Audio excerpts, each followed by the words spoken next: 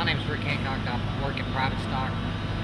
Been with PRS for about 3 years, and what we're doing today is binding headstocks with curling maple. And this is one of the first stages of the step, taking the maple and shaping it to fit a particular area, and then I'm going to start tacking it in place.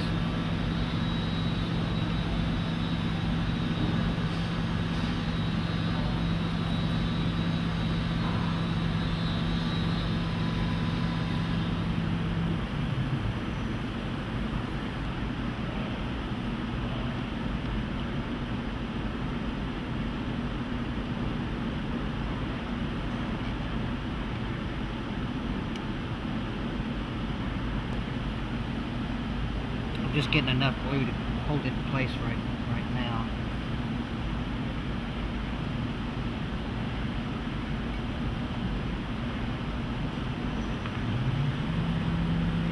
Once this dries, I'll trim this back just a little bit, flatten this whole front edge so I can see exactly the exact size it needs to be before I start cutting the miters and make the side pieces to it.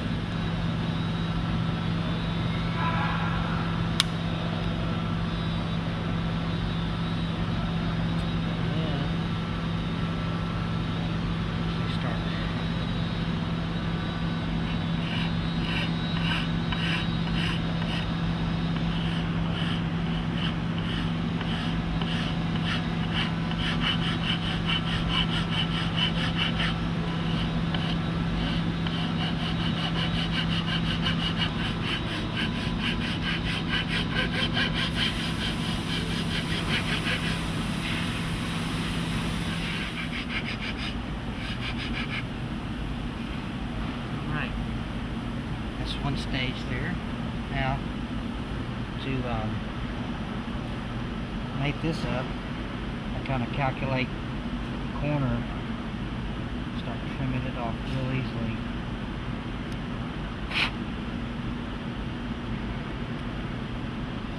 As the maple likes to chip out.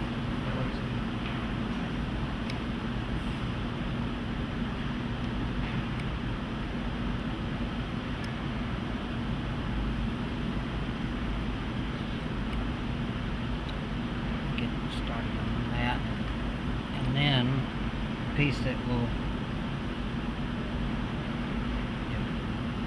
go up in here, I'll start sanding a mate to it, and then little by little fit each one to itself, to each other.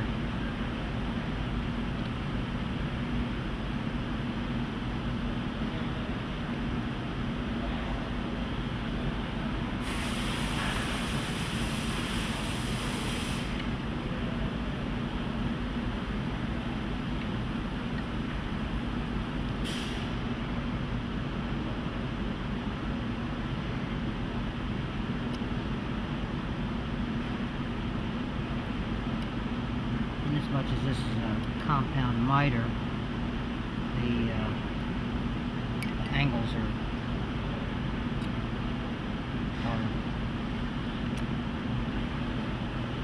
tapered off from top to bottom, so they don't look very conventional. They start coming together.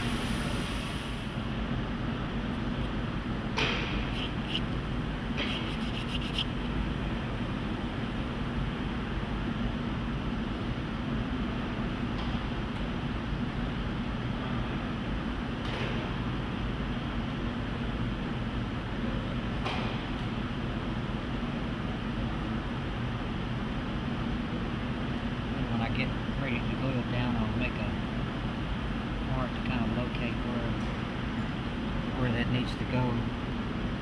So I get it, once I put glue on it, it can kind of just disappear on me. And on the corners, I use wood glues.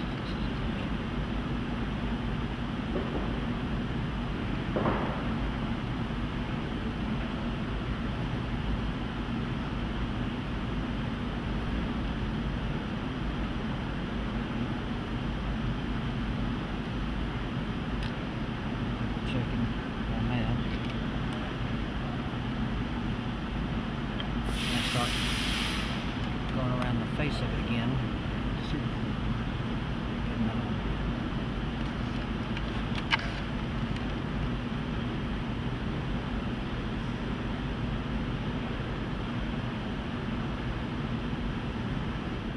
And, this is what the headstock will look like once all the pieces are adhered around it and mitered.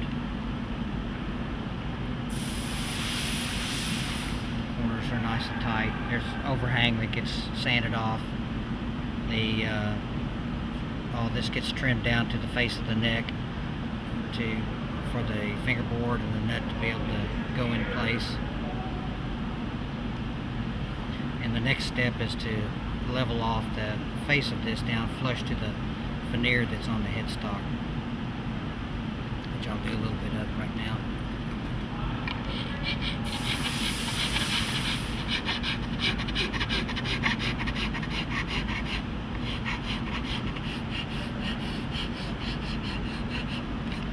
And once it starts getting close to the face, it starts revealing how tight the miters are and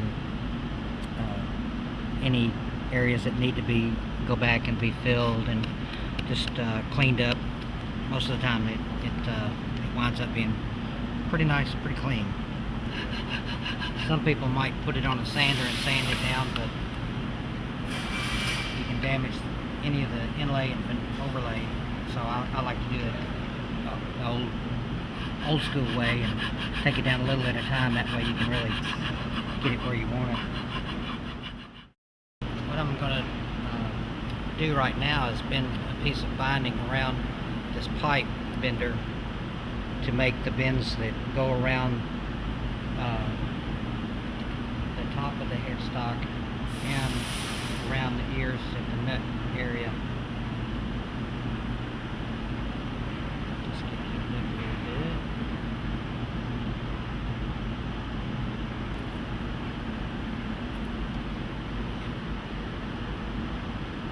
The whole idea with it is to keep compression on it as you bend it so it doesn't break. And it's always still possible it could do that.